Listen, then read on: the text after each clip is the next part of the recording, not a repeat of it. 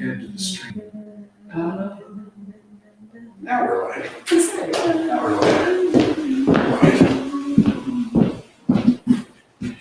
Good morning, everybody. Thank you for being here. If you weren't here, you wouldn't have been here last week. We weren't on video, so we did something completely different. And we were here in church, and we had in our chapel service, and we had a movie, and we had wine, and we had chocolate, and we had snacks, and we celebrated Lent. And so some people couldn't handle that. That pushed them out of their comfort zone, but we were good. I think we did a good thing. I'm happy with that. So thank you for being here. This is Palm Sunday, and it's a part of Christian tradition, but I'm going to talk to you a little bit about that today, and we're going to discover something different about Palm Sunday. So I've always made sure we had palms, and then I was doing some research, and I'll explain that why, but I didn't do palms today. There's a reason why, and I'll explain that to you. So I'm going to invite Reverend Jenna to come up and lead us in the land acknowledgement and the first reading after you're done.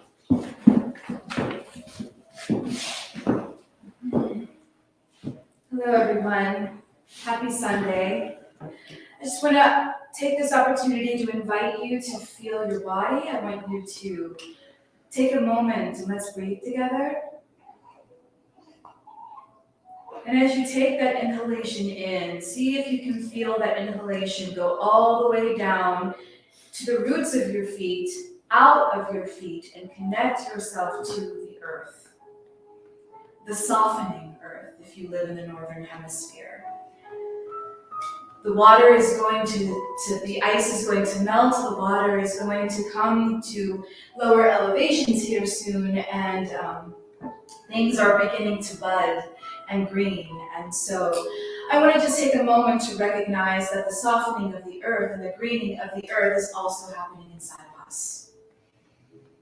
So with that breath, may we affirm our place in the natural cycle of things.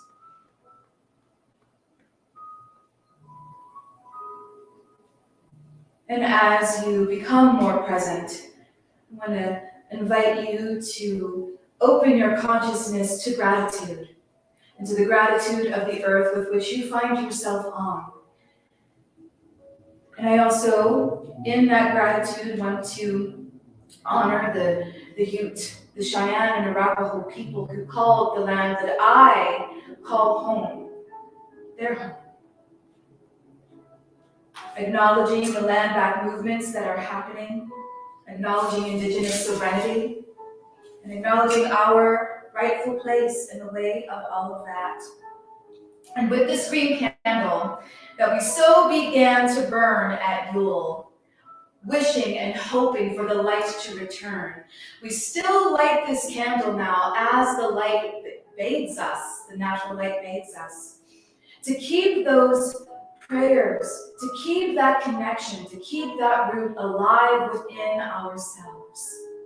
Love and gratitude to that.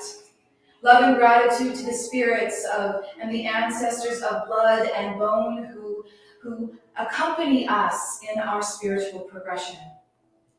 And I light this last candle in the name of something very, very simple, but something very, very profound, and that is love.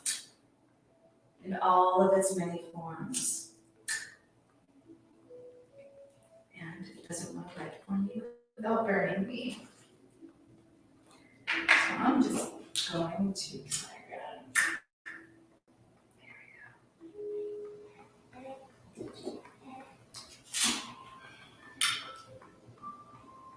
And still, I'm going to invite you now, keeping that stillness of breath, that cycle of inhalation and exhalation that you have. I'm going to invite you to close your eyes and connect with your breath, connect with the earth, and hear my words. Happy Palm Sunday, everyone. Today is not about making Jesus the king of our hearts. It's much riskier. Jesus' act today was a defiant public action that intentionally created a division, a divisive moment for both the powerful and the crowds. Jesus is declaring a new possibility, a new social policy of sorts. As Pilate marches in on the other side of Jerusalem with soldiers and chariots, Jesus rides in on a donkey with palms. The choice is clear.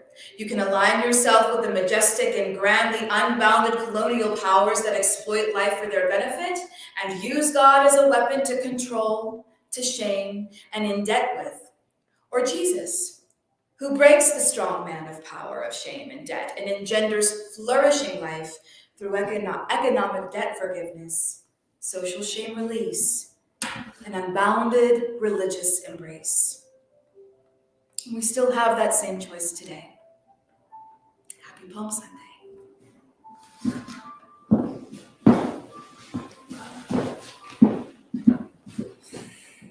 Palm Sunday. I might be taking the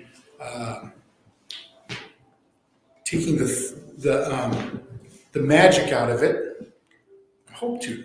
I want to take the magic out of these things that we create. So I'm going to invite Reverend Joella, to come up and share this reading. And I'm also going to light St. Alexius candle here. I always forget. He lived under a set of stairs. So he lived under a porch.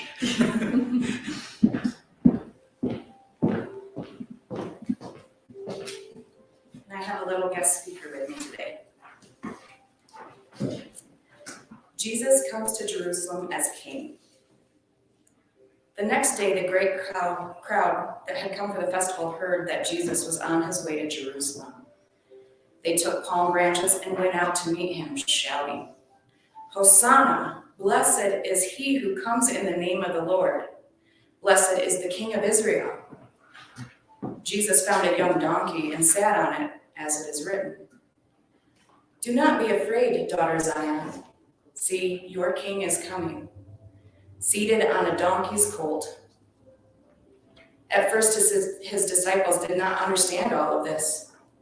Only after Jesus was glorified did they realize that these things had been written about him and that these things had been done to him. Now, the crowd that was with him when he called Lazarus from the tomb and raised him from the dead continued to spread the word. Many people, because they had heard that he had performed this sign, went out to meet him. So the Pharisees said to one another, "See, this is getting us nowhere. Look how the whole world has gone after him." Gospel of John.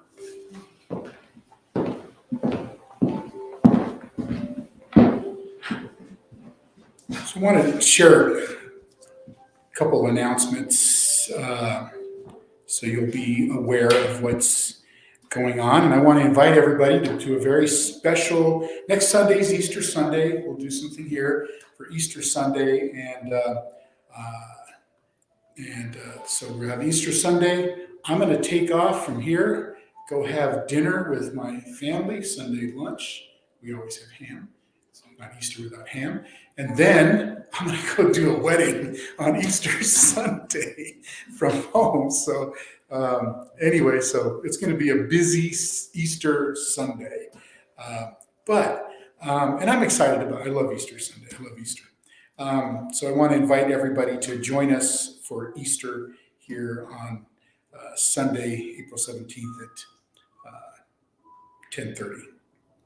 But the next Sunday, April 24th, is going to be a very, very special Sunday. So when Jenna and I kind of regrouped Amazing Love Sanctuary, and I remember I kept bugging Jenna and calling her and saying I had to talk to her about something, and it was, we were going to reignite and restart Amazing Love Sanctuary, and we did. And then Joella started coming along, and there was just something, she just settled into this and began to identify with this, and she was already on the path to becoming a wedding officiant, so she was an ordained wedding officiant. And but I think the universe has something bigger and better. So she just settled in, and I've always kind of believed when people identify, they recognize who you are. You know what your calling and your place is. And so we are going to have an official ordination service here on Sunday, April 24th at 10:30. We're going to do the whole ordination thing and make her not just an ordained wedding officiant, but an actual ordained minister. And so we're excited. And she's here partnering with Jenna and I, and just make it's a good trinity. A good triplicity is the word. A trifecta. So I'm excited. So if you get a chance, be here next on Sunday the 24th, and let's celebrate together Joella's ordination. So I want to take apart everything we're going to think about Palm Sunday. There's no palms in here. Nobody laid palms. I didn't ride a donkey into the chapel. Some churches, some big churches, the pastor comes riding in on Palm Sunday on a donkey that they bring into the church, which is weird to me. But on this day, that was traditionally selected as Passover. Jesus rode into Jerusalem on a donkey, and people along the road began to wave palm branches and lay palm branches and shout Hosanna. And what was really going on is what's going to surprise you, surprise me. First of all, Joella read in the story, the people looked at Jesus as a prophet. And they welcomed him in. Here's the great prophet. He's coming in. And they referred back to a prophecy in the Old Testament. And it was kind of a strange prophecy, but to them, to that ancient mind, it made sense. And so, thanks, Jen. I left that on. It feeds back on the screen too. So, but there was a prophecy that talked about the Messiah coming in, riding victoriously on a donkey, on a colt, on this little lowly animal. And there's probably, as far as equine science, nothing more lowly than a donkey. It's just not. Nobody gets on a donkey and feels like they've accomplished. It's not majestic. And I always thought when I've done a few weddings where we've had some Indian influences, the groom always comes riding in on a beautiful white horse, and it's this romantic picture of this Indian groom coming in, and East Indian comes in on this white horse, and it's powerful and it's beautiful and it's romantic. But that wasn't really what the story's about. It's kind of, in some ways, mistaken identity. Jesus wasn't the only so-called prophet running around in ancient Israel at the time. It was kind of a thing, and I always kind of refer to, and this is maybe some people might think a little sacrilegious, but it goes back to my sixth sense of humor, because I like Monty Python. And so there's a movie called Life of Brian, and Brian is just Brian, and everybody keeps mistaking him for the Messiah, and everything he tries to do to show that he's not the Messiah makes people think even more that he's the Messiah. So he's just trying to tell everybody, I'm not the Messiah, I'm not the one. And but everything, miracles happen, people see, people walk, all these weird things, and it's not anything that he's doing. And he's always in the shadow of Jesus, but they just really never connect. So, but here's this prophecy. And Jesus is in this situation where they looked at him and they were celebrating his arrival and trying to picture Jesus as something he wasn't. He didn't come as this general that was going to lead Israel in a battle against the Romans and overcome the Romans. It kind of reminds me, this story reminds me of Zelensky in Ukraine. He was a comedian, an actor, and a comedian. And now he's this soldier, and that was, people put his picture up, and he's got the suit on and the armor and the clothing and the military, and he's got this powerful look on his face. And it's incredible, the transformation. But nobody would have thought about that years ago. He was just a funny guy on TV. He was the great comedian and played the president of the Ukraine in a comedy series, and he was a funny guy. And now he is the leader.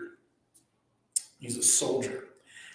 That's what the people in Israel, that's what the people in Jerusalem wanted Jesus to be. And he wasn't.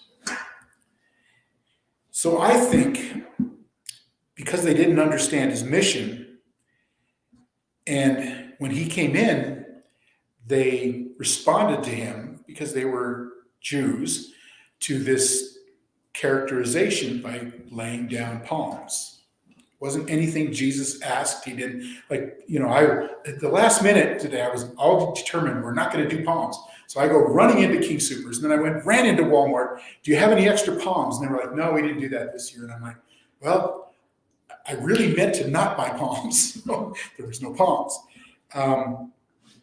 But so here's this, Jesus sees this, and the story says that he weeps over Jerusalem because they got it wrong. They just got it wrong. And they didn't really know what he was there for. It wasn't about peace in Jerusalem. It wasn't about peace in Israel. There was something deeper to that than that. So they were waving palms. They were laying them down. It went back to even earlier period of time in history where they would do that. And it was a sign of triumph of a warrior. When warriors would come in and soldiers would come in, they would put palms on the street, like we would do a ticker tape parade in today's, or have a big parade with marching bands and all that stuff. They would do that. It was something that was not, it was to celebrate the conquest of an enemy. That's what palms were laid on the ground for, to celebrate that. Probably there will be a point of, if there's anything left, some kind of celebration in Ukraine if that ends. So they would wave the palms, and these people were saying that what they were literally saying to Jesus, to the world around them, is, we're ready for war. Let's fight the battle. Now we have a general. He came in on a donkey, but we'll take that. We'll take the donkey. It's not a big horse. It's not a powerful war horse. It's a donkey, but we'll take that. And so they were doing this. They were waving the palms, and they were saying that they were ready for war. They were ready for the blood of Romans on their hands. They were waiting for that. And so they were ready for an uprising, and they were hoping that this Jesus, this itinerant rabbi, this carpenter's son, this simple Jew, would lead them to victory over the Romans. And so it's no different than modern times in war. And when we look for a general, we look for a leader. And, it's like now on TV, when you see Zelensky, it's like this, he's a soldier, he's a leader, he used the word when he was making a presentation. I was watching that, and he called it, somebody identified him as the commander-in-chief of the Ukrainian army. Like, wow, that's, a powerful statement, the commander-in-chief. That's what they wanted of Jesus, to be this commander-in-chief. So they came in, Jesus came in, and they were shouting, Hosanna, which was really more, and not a religious statement. It was a statement of receiving. They wanted Jesus to be their king. They wanted a king, be the leader. And it was the exact opposite. Jesus came in as this simple teacher, this Messiah who just hung around fishermen and hung around prostitutes and tax collectors and hung around women and people that nobody would talk to, and Samaritans and all these people that Jews stayed away from. And he just, and they, that's what they didn't want that guy. They wanted the Messiah. They wanted the leader. They wanted to see this king coming in. They didn't really want to submit to this humble teacher riding in on a donkey. They wanted him to be the warrior chief, the commander in chief, who would free them from Roman oppression. But they weren't going to let go of that. They really wanted that, because I think everything in them, you would look and go, it would be like, you would look at them and go, wow, that guy is really not that impressive. He doesn't have a war horse. He doesn't have a chariot, doesn't have an army. He's got, a handful of disciples that are following him, a group of women that are following him, whoever. And basically the story makes you seem like they went and stole a donkey so he could ride in. They took somebody's donkey. And so they didn't want that guy. But they didn't want they wanted the king. They wanted somebody that was a lion, somebody who was powerful, somebody who was victorious. And these people of Jerusalem would have done anything to have a king. So Jesus weeps because they missed the message. He really didn't even come in to be their Messiah. He came in to just be a teacher. That's what he came to do. So they came in and they celebrated and they wanted him. And how did he react? He went into the temple, threw over the tables, chased out the money changers, lost his temper, completely the opposite. Had nothing to do with the Romans. It had to do with their violation of the temple and turning it into a place for money, which is kind of what the church has become today. So it's a powerful thing. So when people are out there waving palms on Sunday, it's really a symbol of military power. It's a symbol of conquest. It's not a symbol of humble devotion. It's not a symbol of a humble person riding in on a donkey. It's not the symbol of a humble teacher riding in to tell us the kingdom of God is in you. That was his message. And we miss that. We forget that. We find ourselves outside of that. So my challenge today is that this Palm Sunday, we should rethink our idea of what Palm Sunday is really all about. It's about justice. It's about making things right. It's about celebrating our differences. It's about challenging those that tear down, that are destroying other people. It's about challenging. We just had Trans Visibility Day, and it's about celebrating our differences in those days. It's about celebrating the things that make us each unique instead of attacking each other. It's about celebrating, all the things that we're facing in our world. Now, in my neighborhood, I live in a neighborhood in Southwest Denver, and there's homeless people in our little park that was always the park. And we're surrounded by homeless people in tents, people living out their existence with things. But you know what I noticed the other day was there's a guy in our neighborhood, a homeless guy. And every day he has a bicycle and he attaches grocery carts to his bicycle. Sometimes 3 grocery carts deep, stacked with stuff, just stuff. It's like you'll see bike wheels and bicycles and coolers and stuff. And I was sitting there thinking and thinking to myself, even in our worst, in our most poverty-stricken, even in our poorest, we still need to have more stuff. And this guy still has to have more stuff. And every day he's kind of the billionaire of Bear Valley, because he's got a carts full of stuff, and every day he's bringing him up the street and down the street, up the street, and he comes back every day. I see him with more stuff and more stuff, and somewhere he's got this little camp with lots of stuff. But I sit and I think, where would we find Jesus? With the guy with a lot of stuff, the guy with no stuff, with people that we wouldn't expect him to be with. So it's not about the Palms. It's not about Palm Sunday. It's about the condition of our own hearts. It's about our place, how we feel, how we respond to each other, how we care about each other.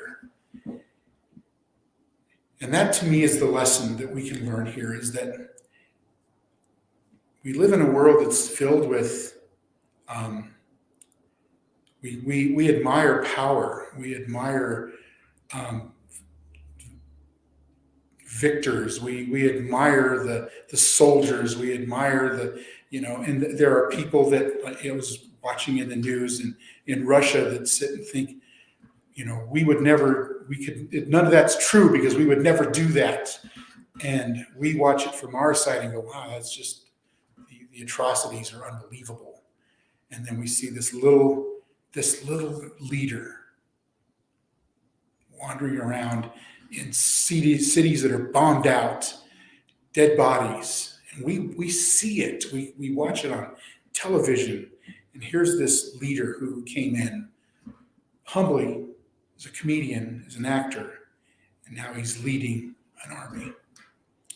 And so I'm really kind of moved by this whole aspect of Ukraine and what it teaches us. And we tend to not look at that, because we look at the big armies. We look at the ones who come riding in on the big war horses. And I was watching when the war first started, all these people were meeting in halls and bars and making Molotov cocktails. And they were all ready for war, these humble, simple people. There were little old ladies that were facing off Russian soldiers. And it was just incredible to watch this thing develop. And here we are. So today I want to challenge us to rethink Palm Sunday, to rethink what the mission that Jesus had and was trying to accomplish on this life, to rethink our mission individually as people. What have I been called to do? What have I been called to be? What am I called to say in this time? So before we close, and I'm going to just invite us to open our hands.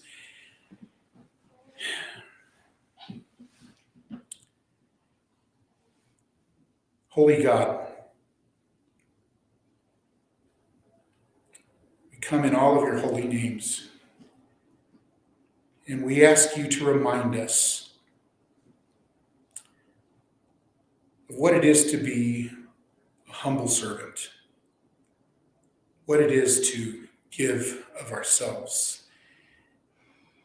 Give of ourselves when we have an abundance, to give of ourselves when we have nothing, but to give.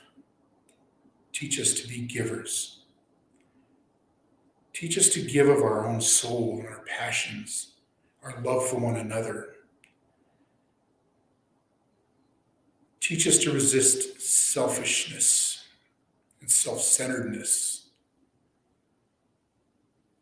And so we celebrate today a humble teacher who rode in on a donkey, not to face off the Romans or a Roman army or Pontius Pilate, but to face each one of us and remind us that we've been called to love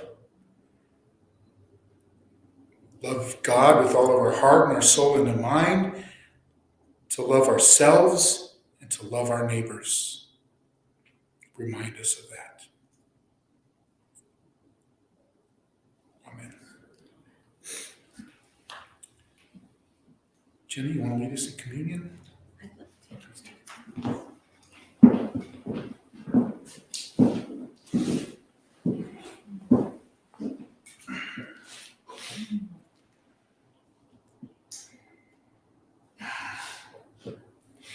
So as an interfaith minister,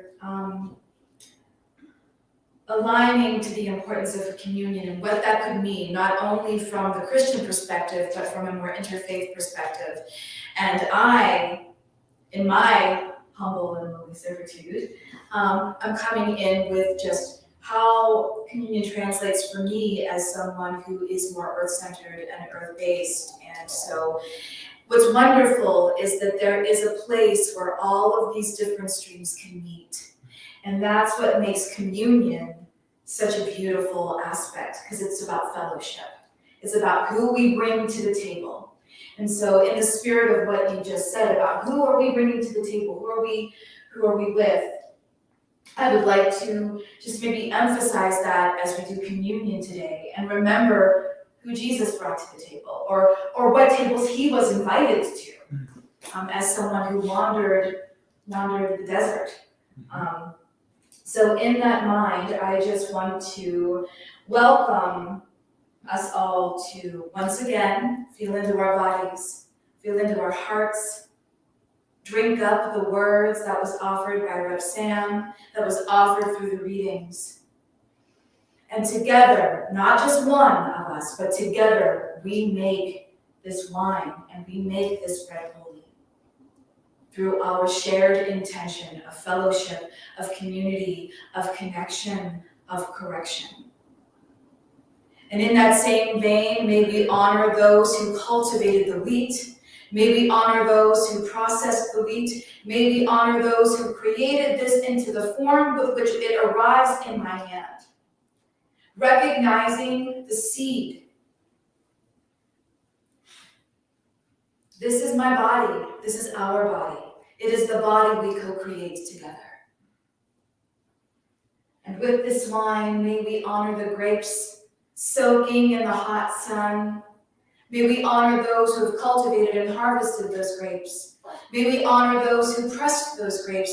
May we honor those who helped along whatever system, whatever line of manufacturing happened to make this arrive at our table in the form that it is now. Offering up the sense that it gives us. It reminds us of our blood. This is our blood. This is not my blood. This is our blood. This is our shared communion. And with this bread and wine, may we pour into this all of our hopes, our personal prayers, our collective prayers. May we make this holy by our words and with our intention.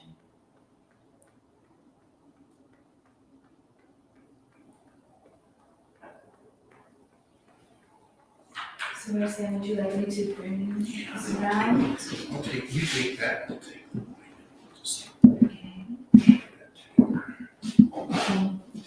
This is our body.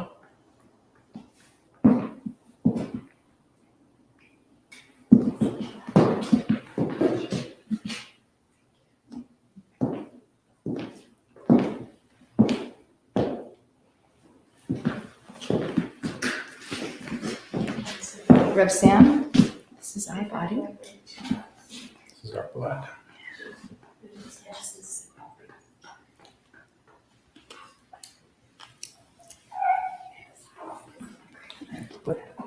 Did you get some? I did. Okay.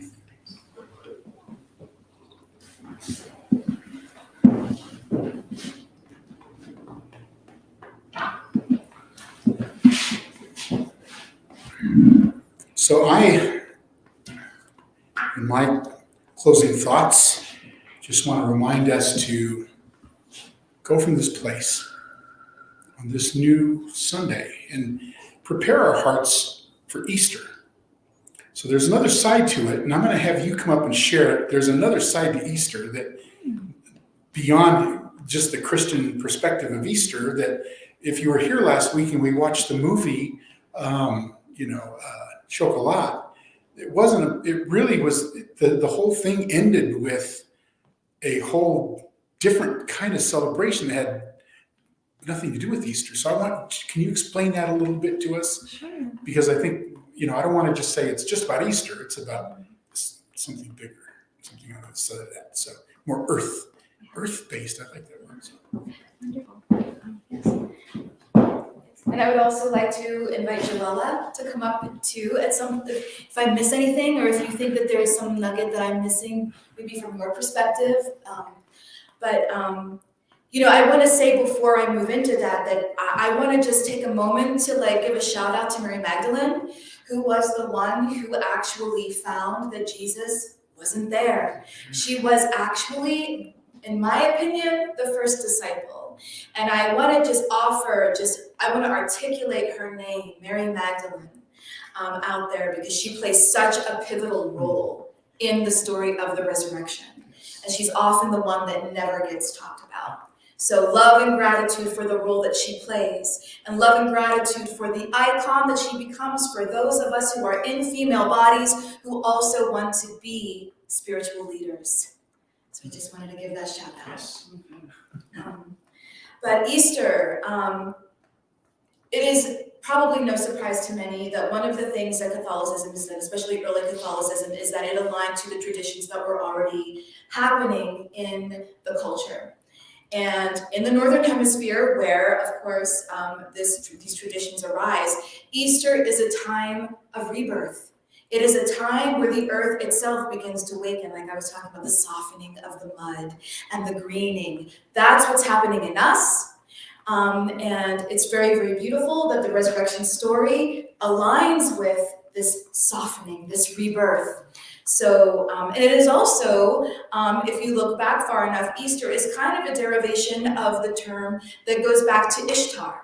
And Ishtar was a goddess in the Mesopotamian region, and she was also what we would call a trine goddess, which is that she was many different forms. And so she was not only a goddess of war, interestingly enough, but she was also a goddess of the earth, of fertility, of bounty.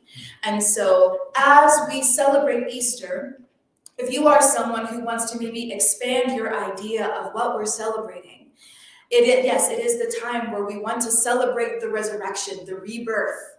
It is a time for us to recognize that we have that hope within ourselves, but it's also a time to tend, to soften, to expand, to let the sun loosen up our rigidity, and to honor maybe some of the older gods, if that be your way. So, am I missing anything, Joella? The only thing that's coming to my mind is the letting go of the things that no longer serve us. Yeah. Letting go of those tried and true beliefs that we have held on to for so long that are no longer good for us. Yeah. Letting things that no longer serve, because then we have more space to intentionally invite those other things in. Yes. Rev Sam, did I miss something? No, that statement, letting go of the things that no longer serve us, that's powerful. Yeah. I felt like I just got this beam of light came shooting. So I think that's about it. So I think you want to go over there and shut this down. Yes, let's do that. I'm going to blow the candles forward now as we talk about letting go of things that no longer serve us.